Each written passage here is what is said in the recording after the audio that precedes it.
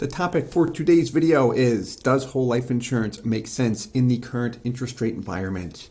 A question we get quite a bit, we've heard this a lot over the past 12 months, is why would I put money into a whole life insurance policy when cash value is my goal? That's why I'm interested in putting money into the product. Why would I do that if I can get a higher return elsewhere?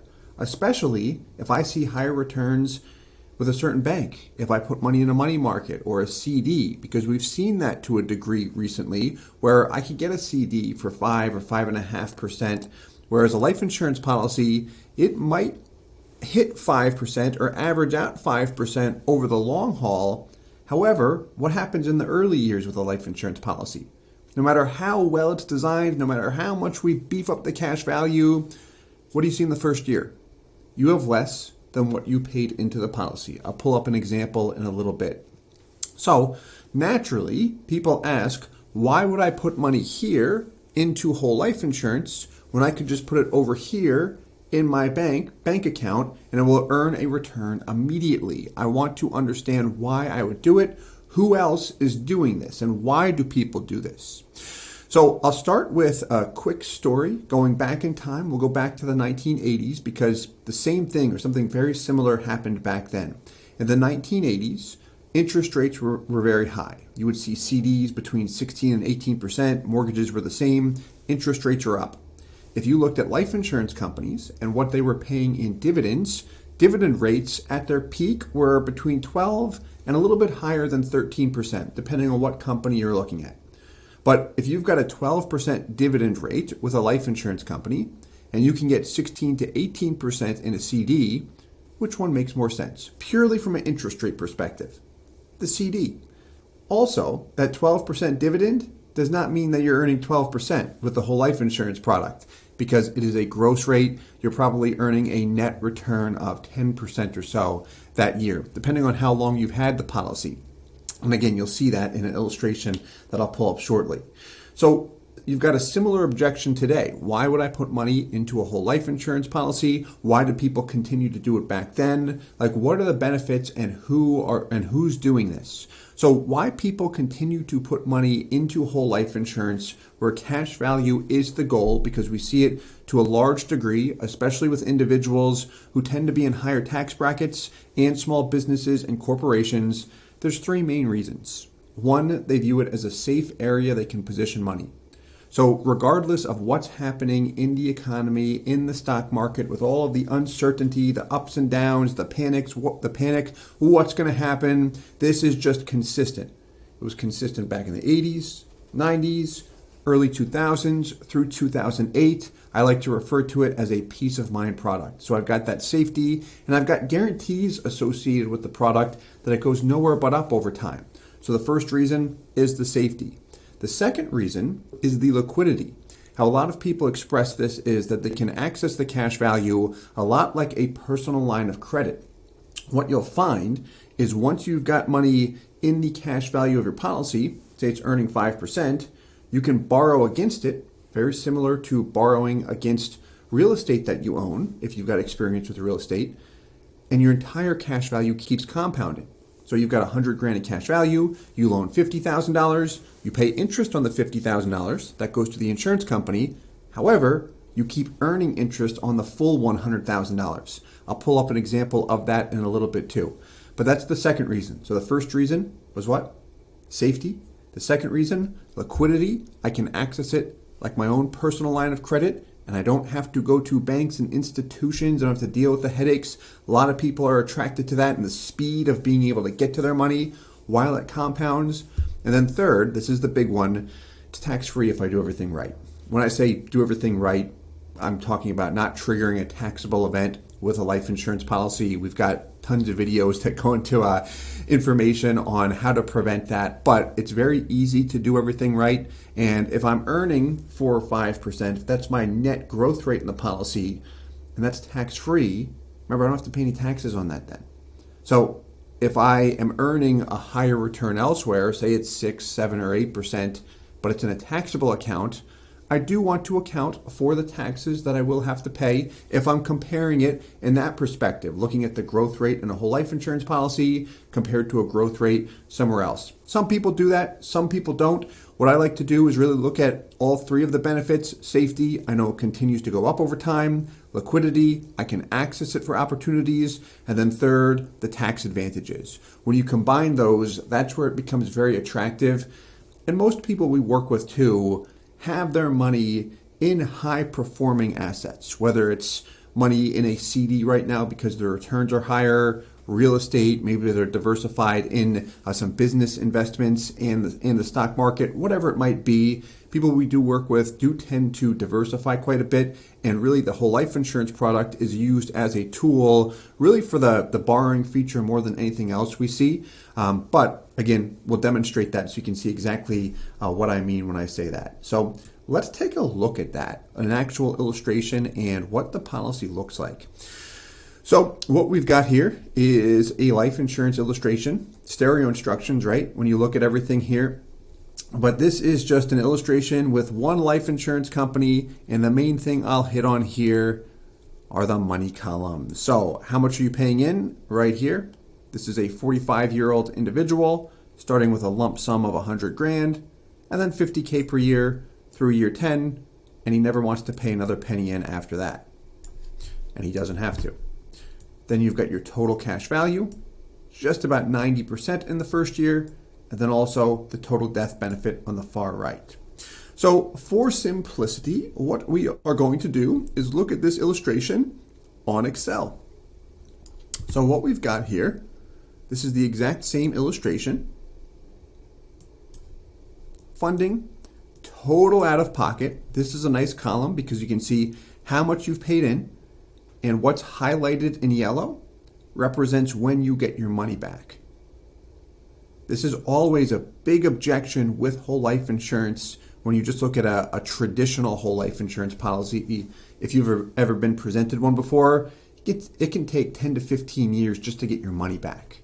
If it's set up correctly with minimal insurance expenses, that's where you see an earlier break-even point. This individual is just about there year 4, where he's paid in a total of $250,000 and he has $248 and change. And then we've got the death benefit on the far right. You'll notice after the 10-year funding period, it does drop as we elected that. That's optional. It's not something he has to do. But when we look at this policy, we've got two columns here. We've got the annual ROR, which is the rate of return, and then the internal rate of return. So the annual rate of return isolates what the policy is growing by net year over year.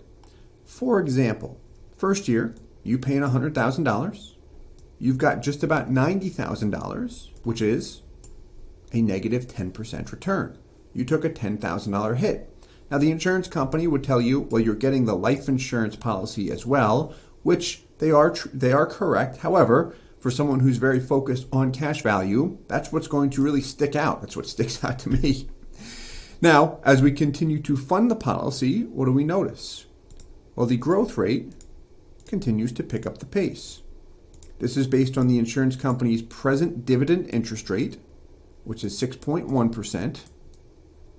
However, the returns down here represent the net returns. This is why we like to put it on Excel, so we can just get the net returns, and you can include these in the insurance company's illustration as well. But we see tops out very close to 5.25% per year. And remember the tax advantages, tax-free if I don't trigger a taxable event and such. But this is the yearly return. And again, if you need some clarity there, because I know percentages and returns can be confusing to a lot of people, how I like to illustrate this is if you had money in the stock market and let's say you invested it in the S&P 500 and the S&P 500 did 30% last year, what would you say that you earned last year? 30%. So the yearly return is isolating what you're earning each year. However, if I asked you, what did you earn over the past 30 years in your investments in the S&P 500, would you say 30%? No. The correct answer would be, well, I earned an average of 7%, 8%, whatever the average return was. So here we've got our average internal rate of return, and we're using internal rate of return because we're adding money every year. And what we want to do is account for when the payment was made, as that will impact the internal rate of return. We're not adding $550,000 up front, right? And it's not all compounding immediately. So the internal rate of return does take into account when you make those deposits. But really what we're making up for here is the first year. Then we see the average growth rate over time. And we can scroll down, you'll see it continue to pick up the pace, which is nice. But based on the present dividend rate, when he's in his 80s, we see it near its peak, which is a little over 4.7%. This will change as dividends change. One thing we do with everyone we work with, it's my favorite thing to do, is track the actual performance of life insurance policies to see what was illustrated and then what actually happens year over year. And what we've seen is when a policy is set up with a minimum insurance expense, maximum cash value up front, we see them deliver very close, sometimes spot on with what was illustrated. Unless the dividend rate changes, then it's going to be higher or lower based on that dividend rate adjustment. But we've seen the policies produce a strong performance, strong returns, the rate of return and internal rate of return over time, which is good. I mean, that's why we offer this product, sell it. This is why I use it personally, because we see it actually work, not just look good on paper and then hoping that it works. It's like, no, we want the proof. So we see the growth rate here. If we look at the same thing but with some tax advantages, let's do this, shall we? I don't mean to overwhelm you. Let's do it this way. How's that size? A little better. All right. So what we've got here first is the annual rate of return. This is the same illustration, but the annual returns and then a taxable equivalent. This is assuming a 40% tax bracket right now, and all it's telling us is what we would have to earn in a taxable investment, and then after we pay taxes on that, we'd be left over with a net of what we see in the life insurance policy. So this is where people look at it sometimes and say, okay, if I've got to earn 7 or 8% elsewhere, I'm going to have to take on some risk. Maybe I'll put some of my money in those risk-based accounts. However, if I don't have to think about this and it's just going to compound over time, I would like to put some money here, especially with the tax advantages. That's appealing to me. That is appealing to some people it's not. My belief is show the options, go over how it works, and let the individual make a decision. And then we've got the internal rate of return with a taxable equivalent. And then what we do, depending on someone's tax rate, we can adjust the tax rate so they can see what would be an idea of what they would need to earn elsewhere. Some people like to approach it like this. Some don't care about this piece. Let's wrap up with the part everyone cares about, using the policy. So in today's environment where you have uncertainty, I know right now a lot of people are expecting a real estate correction at some point in the near future. This is really where we see people with whole life insurance lean into the marketplace. And the reason why, like what they're doing is storing money in the cash value of their life insurance policy, so it's constantly compounding. They're not impacted by any market corrections. And then when assets become available at a low cost, then they're using their cash value life insurance products to lean into it and acquire those assets. So you'll see a lot of people use cash value life insurance instead of just having money in cash. Some do a combination of both, but like that's the appeal piece right there. A lot of people we work with, I'd say the majority of people that we work with do that with their policies or have that option available. So let's take a look here. This is a loan workbook. We'll always run the precise illustrations with the insurance company as well, but this will simulate what we'll see with a life insurance company. So let's do this. First, we've got the policy values. This is exactly what we just looked at. This is that same illustration. There's the annual funding. There's the cash value. There's the death benefit. There's your annual rate of return. Then what we want to look at is using the policy. So let's say you've got an opportunity. We'll pretend this is you. Here's your cash value buildup. The maximum you can loan is usually right around 95% of whatever you've got in cash value. So this column tells you how much equity you have access to. I like that word, equity. So if a correction occurs and you said, hey, I want to take $200,000 from my policy, or I want to take a loan against it. Well, let's take a loan for $200,000. When we borrow, what happened to your equity? Let me go back.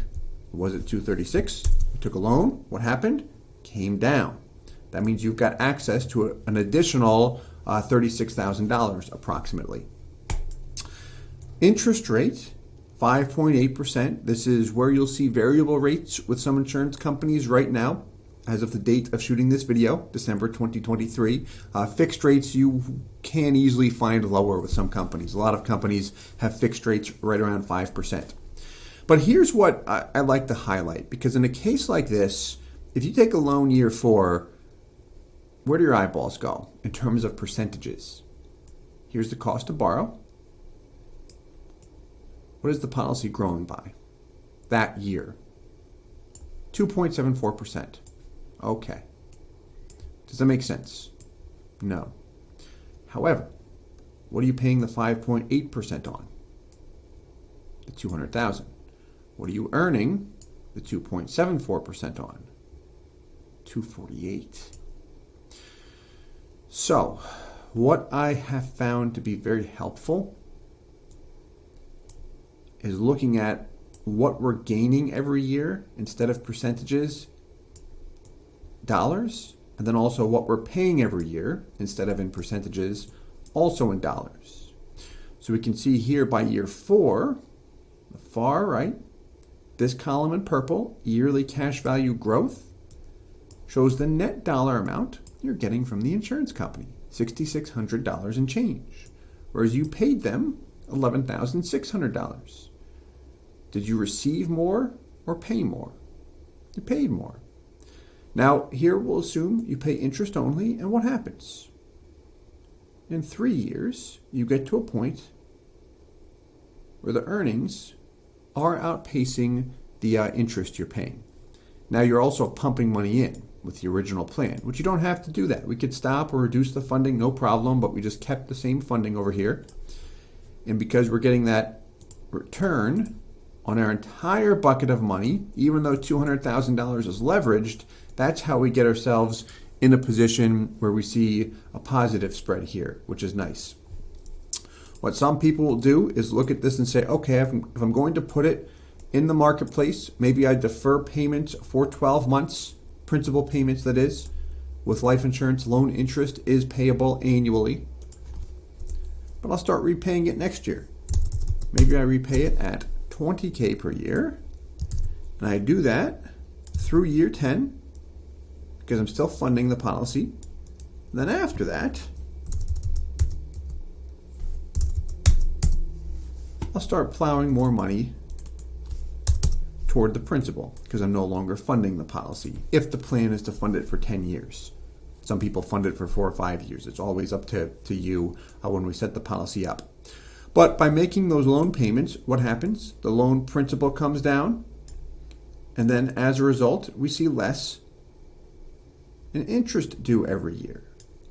And you can continue to repeat this pattern because we can access it like a line of credit. Maybe I have another opportunity, but then I want to aggressively pay it down over here.